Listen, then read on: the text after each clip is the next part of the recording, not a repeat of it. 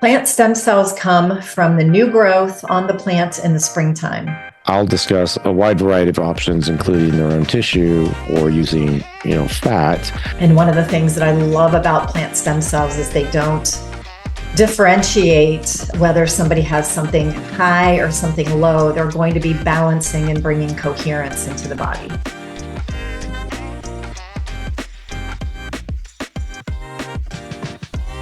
Well, welcome everybody. Today's guest is Jenn Payeur.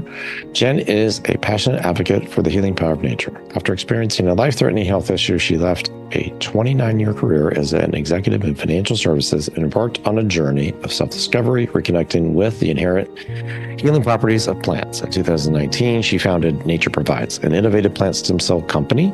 Her mission is to educate and empower others on how these unique plant remedies detoxify, strengthen, and rejuvenate the cells in the body, bringing vibrant health to the individual. Welcome to the show, Jenn. It sort of is. Hey, everyone. I'm on today. I have Jenn Payeur with me. Jenn has founded a company that we're going to talk about basically to enhance the ability and leverage the ability of plants and their stem cells to help us recover and heal. She is a survivor of stage 4 breast cancer. And so she's going to talk to us both about that experience, her new book and documentary that are coming out. So welcome to the show, Jenn. Hi, I'm so happy to be here. Thank you for having me. Well, we had just a brief chat at a meeting, and it was definitely something that we want to expound on. I have a lot of experience with breast implants, breast cancer patients, biofilm. Recently published a paper about bacterial contamination on implants. And there are a lot of studies coming out about interactions between biofilm and, our immune system. So I guess that's probably where we should start is what can you tell us about the things you have for biofilm? Yeah, so there are several plants that work really, really well on biofilm. One is one that everybody's familiar with. It's walnut. So black walnut. And let me frame a little bit about what these are and why they're different than adult plants, if I may. And then the second one is dog rose. So those two plants particularly work on biofilms in the body. Plant stem cells come from the new growth on the plant in the springtime. So that new growth is mostly the buds on the trees. You're in Texas, right? Oh, yes. So you're coming into the springtime and all of the trees are fruiting. And so in that new growth phase, it contains stem cells, peptides, exosomes, all the things that we're now hearing about that are amazing, flavonoids, secondary and primary metabolites that they all contain. And they are undifferentiated meristematic tissue in the plant. So basically, it's the vitality in the plant. And the way I describe it is broccoli is good for us. Broccoli sprouts have sulforaphane, amazing for our immune system and cleaning up our body. These are the same way. So these plants aren't containing heavy metals. They're not weathered by life. They're not sprayed by anything. And so they're the cleanest and purest form of the plant that you can get. And you get every aspect of the plant. So in adult tinctures, you're often getting like the leaves of the plant. Here you're getting the leaves, the stem, the bark, the rootlets, the bud. You're getting every aspect of the plant in that new growth phase. And so those two plants, walnut and dog rose, particularly go after the biofilm in the body and clean it up. And one of the things that I love about plant stem cells is they don't differentiate whether somebody has something high or something low. They're going to be balancing and bringing coherence into the body. So those are the main two that you start with. And, obviously there's others that we could go into. Why do you think this has taken kind of a long period of time to really catch on? Obviously things, in the current state of the world, I certainly get people more interested in homeopathy, natural ways of healing. I know that's kind of comical coming from a plastic surgeon, but when people want to have a enhancement of a particular area, I'll discuss a wide variety of options, including their own tissue or using, fat. The thing that allows fat to actually work are adipose-derived stem cells, which are associated with the fat cells in And that's always, been the case, whether we treat an area that's injured or infected, maybe it had biofilm, all these other things that couldn't be eradicated because I'm dealing with devices. And it's a little more complicated than someone who's maybe colonized or has their microbiome affected by whatever they're getting exposed to, which is adjusting, the bacterial or fungal components in their system. So I have a little bit, different tact on it. Is there a way using your tinctures or things that have worked for you in the past to get started, or collect some kind of baseline information that helps, clients get enrolled or interested in the process, I guess? Yeah, I mean, we have a lot of practitioners. So we are a practitioner company. We have a lot of practitioners who use blood work and labs and look at the before and after. And honestly, that's what really catapulted me on this journey. So in 2018, my cancer markers were going back up. So I had the big kahuna in 2015, metastasized cancer, treated it naturally. I did have a mastectomy, but I did not do chemo and radiation. I actually did my cleanup out in California, but 3 years later, because I'd never addressed the toxic burden in my body fully, my cancer markers started going back up in my labs. And I went, oh crap, this is what happens to so many women. They get this recurrence. And I was visiting a friend, and her husband came out with this tincture, and he said, Jennifer, this has saved a lot of my patients' lives. And very casually I said, oh, that's great. What is it? And as soon as he said embryonic plant stem cells, I literally felt like I was struck by lightning. When you just have that memory moment where I'm like, okay, I need to know more about these. I ended up going to a week-long training, and on the last day of the class, the guy who was doing the training said he was going to be selling his company, and here comes that same bolt of lightning. So without trying a single product, and I'm a very experiential, I want to try it first before I'll, really incorporate it into my life. I came home and I meditated for a month saying, what the heck does this mean? Why am I getting these signs? Something divine happening. And I called him up and I said, put me on a protocol. And 2 months later, my cancer markers were back in the normal range. So I personally used my labs to say, okay, my CA19, I forget the other cancer marker for breast cancer, but the two that I was really monitoring totally went back into the normal range in 2 months. So I said, okay, there's something to this. Did you do anything else at that time? Because typically, so I just want to give everybody a little clear understanding. Like when they come engage with me, I give them a lot of marching orders: anti-inflammatory diet, lots of changes in lifestyle habits, we'll say. Focus on sleep and recovery to better get your circadian rhythm in line with your body, because we're all doing a lot of things all the time. And I find, obviously, I predominantly take care of female clients. They're managing all their day-to-day. They're managing the family's day-to-day. They may be running their own business. They may be an employee of another business. That's a very complicated, stressful situation, and that creates a lot of immune system, in some respects, suppression, basically, which makes it easier for you to get problems with infections and or a malignancy. Yeah, and that was a huge part of the unraveling of me getting cancer, because I was the one who ate healthy and I exercised.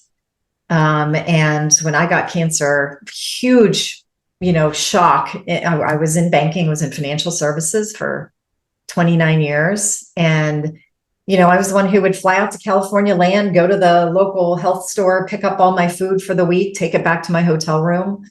And everybody was shocked. Like, how did you get it? You're the healthy one. But my stress levels were off the charts. I was working sometimes 20 hours a day, which is embarrassing to say, raising 4 kids. Traveling all the time, right? Being exposed to radiation, traveling. But I had left corporate in 2017. So when my markers were going up a year later, I had thought I had resolved all the stress issues in my life. And I thought, okay, I've had a year off. I've been doing some volunteer work here and there, but my body's regulated. Everything's good. I'm eating healthy. I'm outside, getting morning sun, doing all of the things. And I was taking 120 supplements a day. So 40 at breakfast, 40 at lunch, 40 at dinner, taking turmeric, CoQ10, all the things. In hindsight, I look back, my body wasn't able to absorb it. Yeah. And then what time frame did you run your previous life? Because that's a different life. That's a whole different life you're talking about relative to your previous life. Yeah. In 2017 is when I left corporate, but I was in it, since 1988. Yeah. So, I mean, that's, we talk about it a lot with our patients it's a cumulative, process. It's not, to your point, like you didn't do one thing that led you to have that problem. That's Correct. an accumulation of problems. And I always tell everybody kind of, as an aside, you can't pick your parents and you can't outrun a bad diet. Right. The other things I don't say are you have to sleep. Yes. And there was not a lot of that going on for most of my life. So no rest and recovery. Yeah. So all of those things are what really stressed the heck out of my body. Yeah. For 2 months of taking these extracts to have such a quick shift. That's why I ended up buying the assets of the company in 2019. For you, it's really an alignment of what you experienced, and then as you were doing your own path to whether we call it detox or whatever we're calling it, that change to plant-based therapy really resonated and helped with you from a body, like the whole experience. Yes. So the components of that, and I presume, with all the other alterations, that's like the secret sauce. Like you did all the things and then you added these, and these for you and your clients and other people, practitioners, clients, are now experiencing the benefits. Correct. And you had asked a question, Dr. Rob, about why don't people know about these? The medical term is called gemotherapy. Gemo means bud, not crystal. And the only holistic group of doctors that I know of that has heard about these and trained on these is naturopaths. Naturopaths often have had at least a class in gemotherapy, aware of it.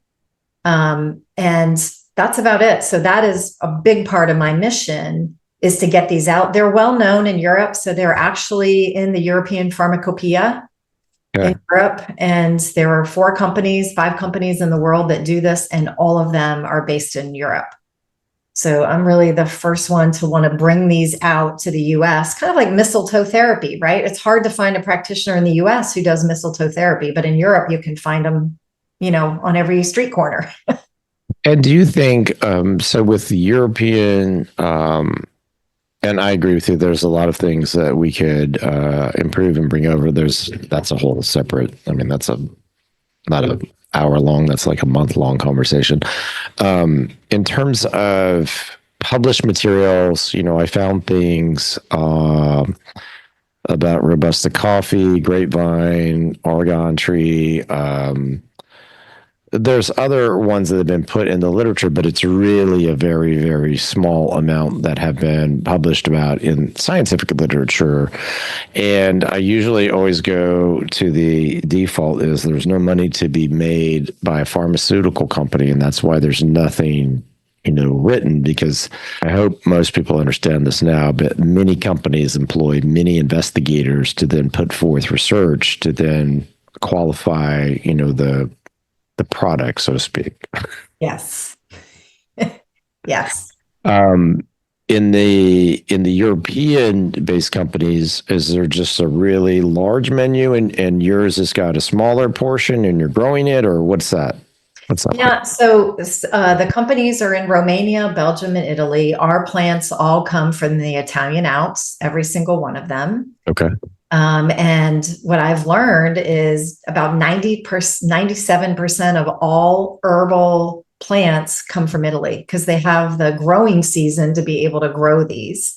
Okay. And up in the Italian Alps, they're not sprayed by anything. You're not getting heavy metals, right? So they're super, super pure plants that are growing in their natural habitat, which is a whole, when you look at homeopathy says like cure lights. It's an energetic, energetic benefit that they're using. Well, these have the energy and they have the biologic or the physical capability of supporting the body. And it's a pretty intensive, intentional production process. So every one of these plant buds is handpicked. So there's no machinery involved. They're all handpicked by botanists who go out and say, okay, there's silver fir. There are 150 silver firs in this region. They have to map it out. And then every day during the time that tree should bud, they're going out saying, is it ready? Nope, not yet. Is it ready? Nope, not yet. Is it ready? Yes, it's ready. They pick it. And within 2 hours, they have to come off that mountain and start to macerate it, or the bud will start to open and you start to lose some of the healing properties. So it's very, very intentional. We don't ever pick more than 20% from a tree because we want it to thrive, right? It's like pruning a tree versus decimating. As human beings, we love to be takers. And we love to come in and take, but this is keeping things in balance the way nature intended. And it's one of the things I'm very passionate about because I believe nature has everything we need to heal. So you're getting those from Italy, and then in your business, and you've written a book about the business we can talk about in a minute. So that's now available, and the tinctures are available, and you have a book available. So let's go from, in the book you discuss, how is it more of a story of your experience, or is this a kind of how-to? What's the book entail? Yeah, it's a teeny bit about my healing journey and a lot about the plants, what they are, how they work, where they come from, the science, why they work. And then I have like a materia medica section in the book about each plant. And then I have different health conditions. So if somebody's trying to deal with dysbiosis in the gut, what plants would support that? So I kind of laid it out to make it user-friendly for people, because again, my goal is to educate and get this modality out. Right. I think with all the, and I think there are tons of, whether it's energy-based therapies or other or plant-based, there are a lot of things that will come to the fore over the next several years that, seem very peripheral right now, or like out there when discussed. And I try to keep an open mind about everything. Obviously, I was trained in a very standard allopathic way. I've operated for a very long period of time. And I'm certainly, by no stretch of the imagination, comfortable that we know what's going on with the immune system and how its complexities, especially when it relates to environmental stress, is responding. Because I see too many things on a day-to-day to know that we don't understand that extremely well, if at all. Mm-hmm. Extremely well, we don't. If we understand a little bit, we might be overstating our position. Yeah, so, I think we've scratched the surface. Right. So I feel like, the thing that I look for always, and this is just my personal bias, is I want to have a starting point. So I'm somebody who, I like to know someone's genetics to the best of our ability, like understand how they metabolize things, some evaluation of their gut microbiome, a toxicity burden test, just because like I come from a place where if you told me that somebody ran your protocol and got better, I want to know why. Why? Mm-hmm.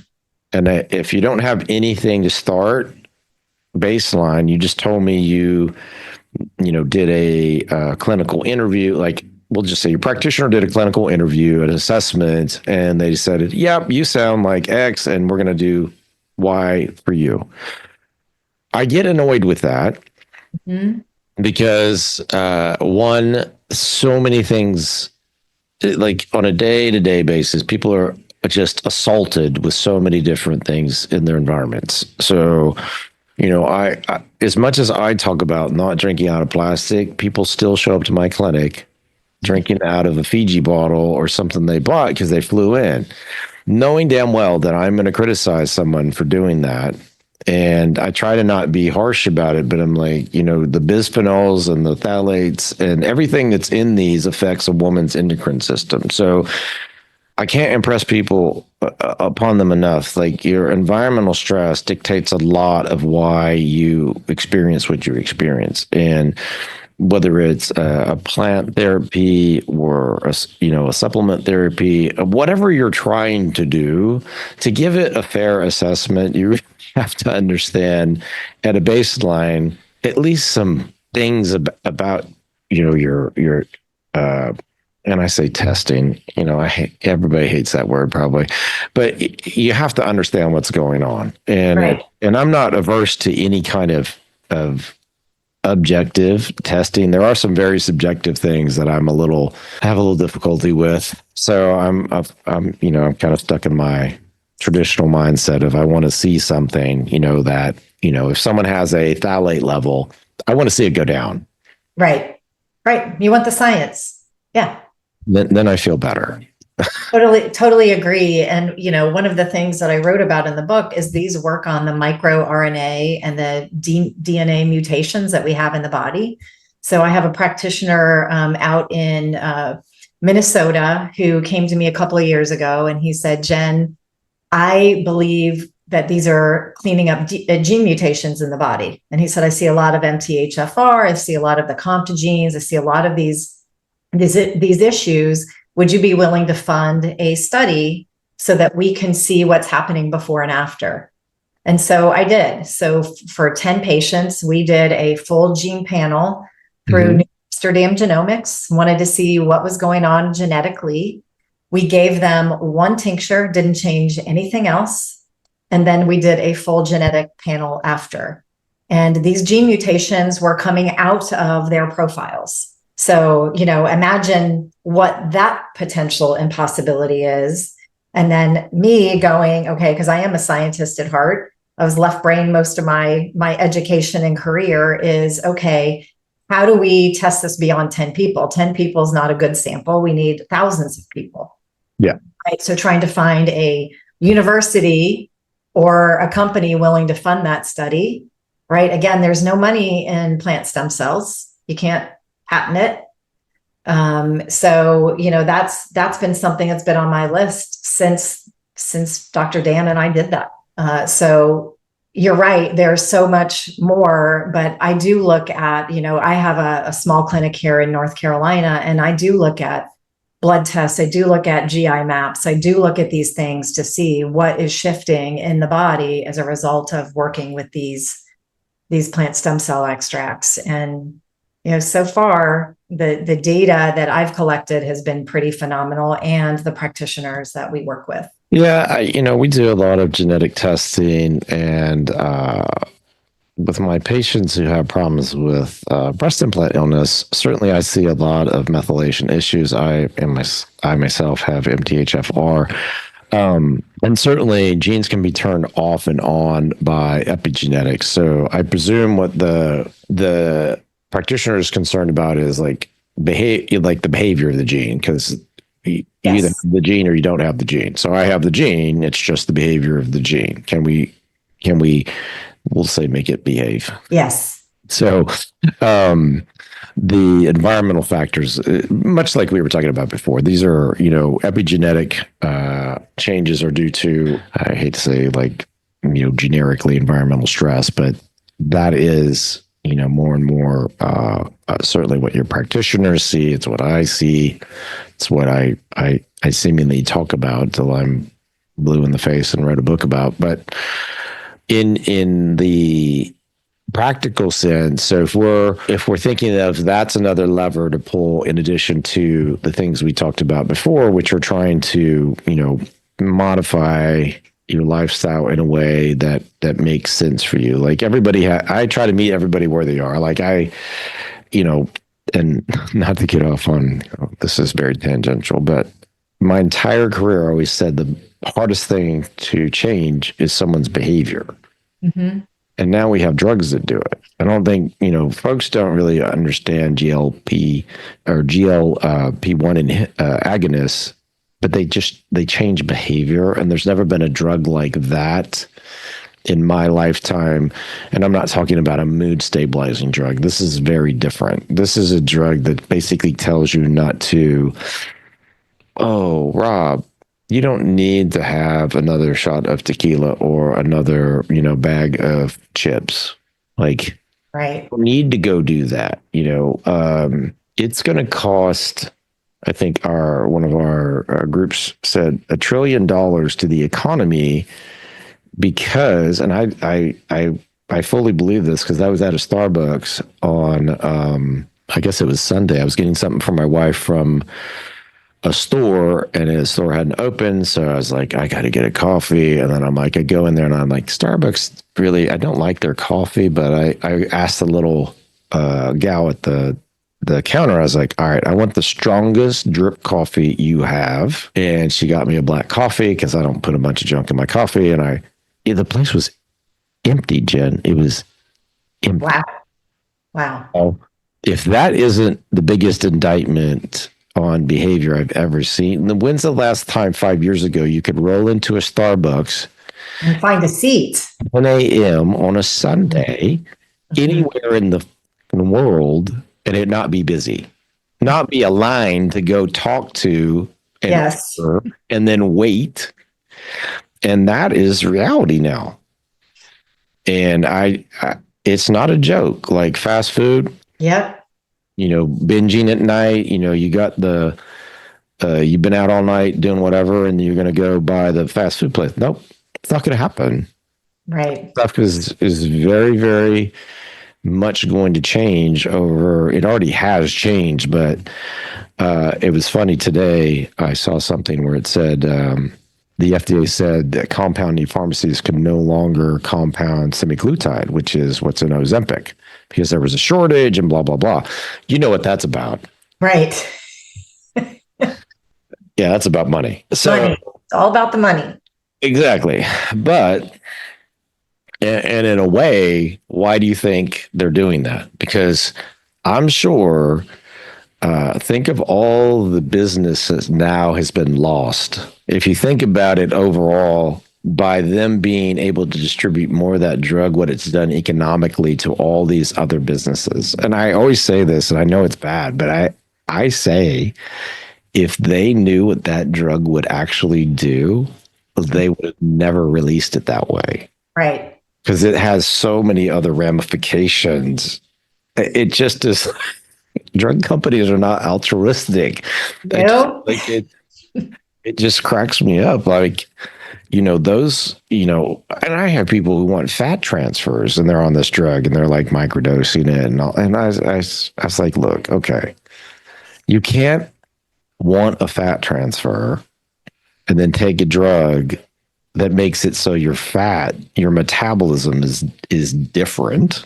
Right. It's hard enough to do in the everyday, generally, averagely, and typically who's going to come want a fat transfer? The low BMI patient, the low body weight patient, because they're not satisfied with their breast size, or that's basically my practice. Like, now you're just really putting me up against it. You're going to come in taking a drug that prevents you from putting on fat, and then you want me to take the remaining fat and put it to make your breast volume larger. All things being said, I was like, it's like contradiction. A hard deal in general, but because of these drugs that modify behavior, it's going to be even more complicated. And with the other side effect it does is it does lower inflammation. I think things like tirzepatide are going to basically show that a lot of inflammation is going to go down, which will help certainly. And maybe make it easier for plant-based therapies as well as other therapies. Right. Do you have in your practitioners' experience, maybe pretty early, but maybe not, their experience with using the peptides and having any synergy? I have not personally, but I think we're headed in that direction for sure. So we have such a broad range of practitioners from, homeopaths, chiropractors, naturopaths. We have an eye surgeon. We have some MDs, veterinarians. So there are herbalists that use these just for pets.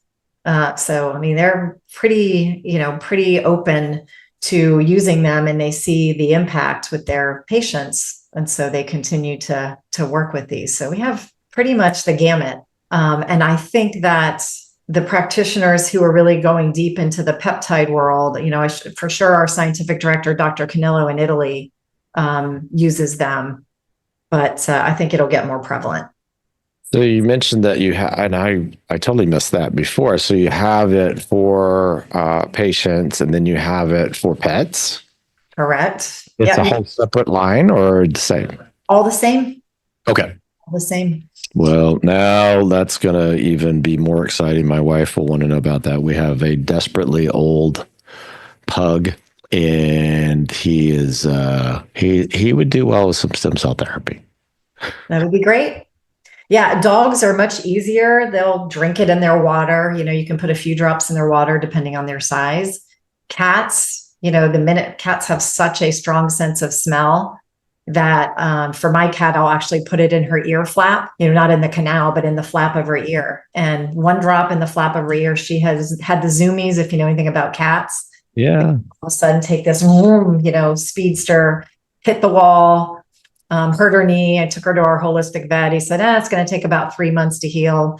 I did horsetail in the flap of her ear, and about a week and a half later, she was back to complete normal, jumping up, doing all the things. So, a lot of ways, again, I think that the body will absorb what it needs to absorb, and it will, not absorb the stuff it doesn't need to. And again, these are balancers and creating coherence. Yeah, absorption is always a big issue, certainly in everybody, or whoever, it's dose and delivery and absorption. Those things are all hugely important. And you have the documentary coming out. Maybe touch on that so the audience can learn more about that, and then when it's going to come out. Yeah, so the documentary is coming out March 21st. It's called Nature Provides: The Ancient Wisdom of Plant Stem Cells. And we filmed a lot of this in Italy. So we picked the buds. You'll see live pictures of the buds. It's a lot about my healing journey. There are different practitioners who we interviewed that share the science and how they're using them in their practice and what they're learning. And the footage is absolutely stunning in Italy. Some of it was filmed. I live on 12.5 acres in North Carolina, so some of it was filmed on our property. But it just really gives you a sense of hope, of healing, and how this modality can really support the body. Awesome.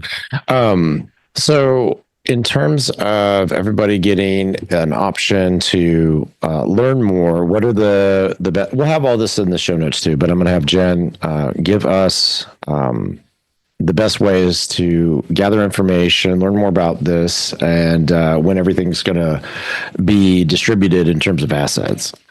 Yeah. So if I can show a picture, this is the book, Ancient Plant Wisdom. And this is available on Amazon, Barnes & Noble, Walmart, all of the places. Also on our website. Our website is nature-provides.com. And I would say that's a great place to start if you love to read. It's also, we have an ebook version. I will be recording an Audible version. But that's a great place to start because I made this very simple to understand. Again, the how, what, why, and then just a highlight of the beautiful plants and what they bring to the world. And then the documentary, it'll first be out on our website, and then we're going to apply for some film festival awards, and then the goal is to get it on Amazon Prime as a documentary. Okay, so first it'll just be on the website. Okay, first it'll be on the website. Okay, awesome. So what we'll do is we'll have everything in the show notes, and we'll make sure that the links are there. And the take home always is, as I have from my audience, is there's always more and more options availing themselves, and I look forward to, exploring yours and others that become available. So thank you so much for coming on the show. Yeah, I'm so grateful. Thank you. All right.